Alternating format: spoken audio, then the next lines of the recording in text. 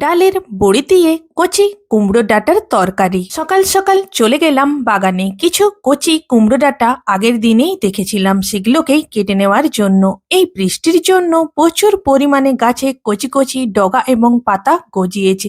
ডগা এবং পাতাগুলোকে ভালো করে ছাড়িয়ে পরিষ্কার করে নিয়েছি। কড়াতে সর্ষের তেল দিয়ে আগে তো বড়িগুলোকে ভেজে নেব। এগুলো কিন্তু মুসুর ডালের বড়ি, যেগুলো কিছুদিন আগে আমি নিজে দিয়েছিলাম। সেই বড়িগুলোই ব্যবহার করছি।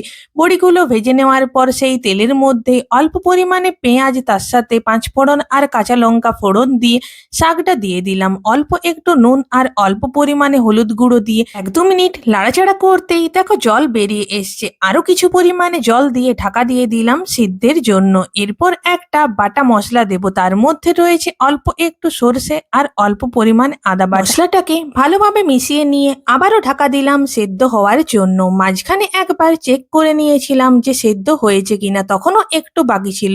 এখন তো পুরোপুরি সেদ্ধ হয়ে এসেছে। ঢাকনা তুলে ভেজে রাখা বড়িগুলোকে দিয়ে দিলাম। আমি তো এটা প্রথমবার রান্না করলাম, তাও আবার ইউটিউবে ভিডিও দেখে। কেমন হয়েছে জানিও।